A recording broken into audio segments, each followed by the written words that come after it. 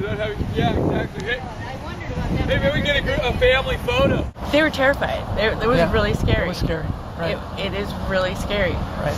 And as a young person who just doesn't want to see their education get taken away, they've seen what it's done to you know, our family, and to my education that I've lost most of my funding for. And they want to support each other, their friends that are in school, and experience this. Right. And so when did you guys process it after you got home? I mean, what was their experience? Did you guys talk about it more? We did. They were really overwhelmed. They're like, that was really scary. It's intense, huh?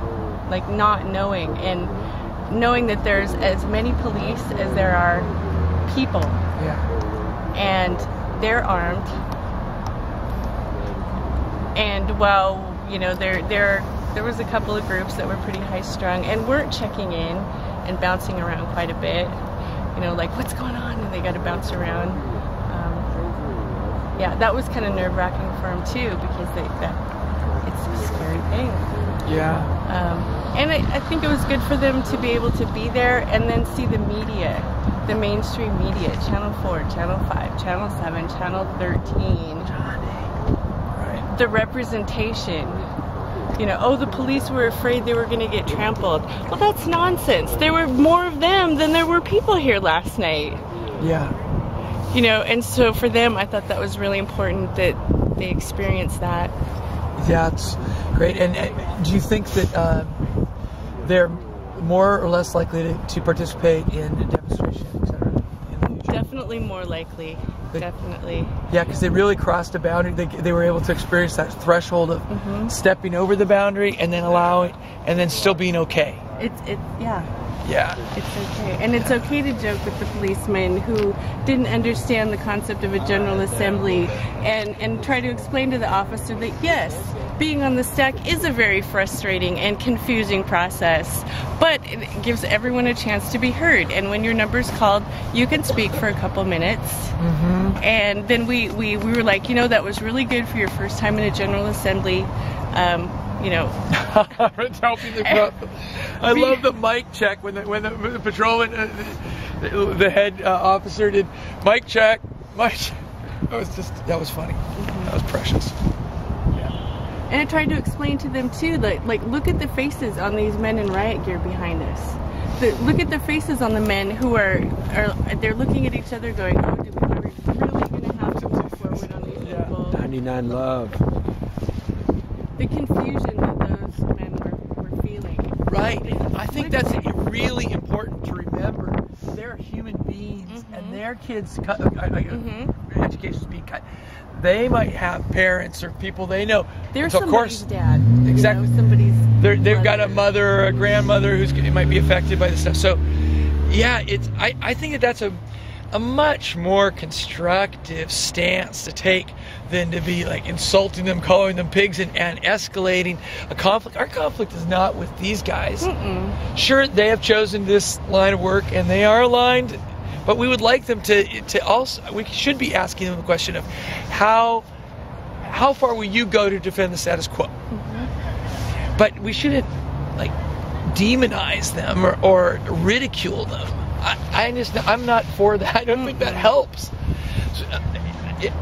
So, that's why it was kind of, for me, it was a relief to decide to go ahead and be, you know, sit in, because I realized, 30 days away from here, well, that really wouldn't be all that bad, because, you know, that would be an excuse to go to the people who actually fund these people to be here, the wealthy who are going to fund the next defeat the referendum campaign, when these spineless politicians send it back to the people because these guys refuse to lead.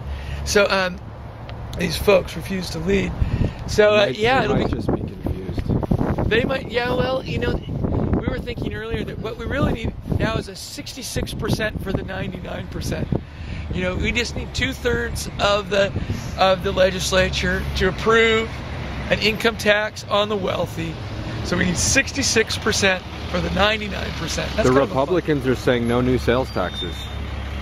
Well, good. Okay, so, no new sales taxes. we can agree on that. Yeah. Yeah. So. I think that's, and I'm serious about going to Medina and harassing, holding that community, the wealthy, accountable in a way that they're not usually held accountable, never held accountable, actually, and maybe make them a little less likely to fund a referendum if that's what it comes to. But it's been really fun to get to hang out here after doing the training last weekend.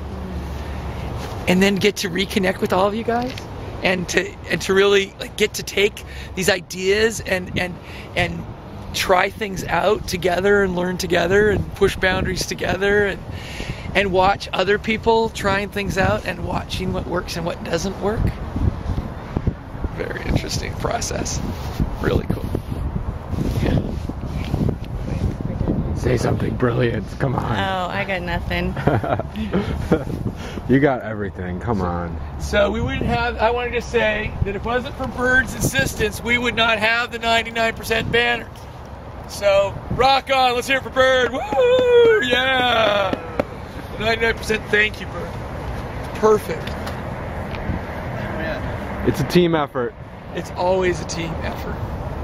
We had a mom's meeting down at Traditions, and Dory was actually, I walked up to the bus stop with her, and we were walking up here, and so we were chatting, and there's a group down at the theater. Washington Can. And talking about, corporations, this and that, and she is so adorable. I want to adopt her. Oh, Dorley, who was just yeah. here, right? I just saw her walk by, yeah. Oh, she's like, can you believe it? They're in there crying about corporations this and corporations that. Well, they're drinking their Coke water. And their Frito-Lay chips, and they're all bought from Costco. Damn it. Or she didn't say damn it, but, that was the gist of it. Yes, ma'am. Yes, ma'am. You're thinking somebody's got their head on straight. A little bit concerned about that sharp light pole. Okay. It's amazing she was pepper sprayed, and I'm what really a stupid move on the cop's I'm part. really sensitive to that stuff, and I can't imagine what it would be like when I'm 84. Oh, I almost died last night. Not died, but I wanted to just give up last night with my asthma, and by the cold last night, that was over. And I'm fairly sure they had it on site because I'm pretty sensitive, and so I think we were breathing quite a bit more than we maybe realized, because I was even feeling it inside. And she was talking about the new pepper spray. The new kind of pepper spray. I've been dreaming of this since I was a kid. Treatment for her. No, because of her age and her pre-existing respiratory problems. Well, hey, Matt. Thank you guys. Thank you, Bird. It's always good to collaborate with you, Bird. Were you yesterday? But yeah. Hi, I'm Corey. Rebecca. Nice to meet you.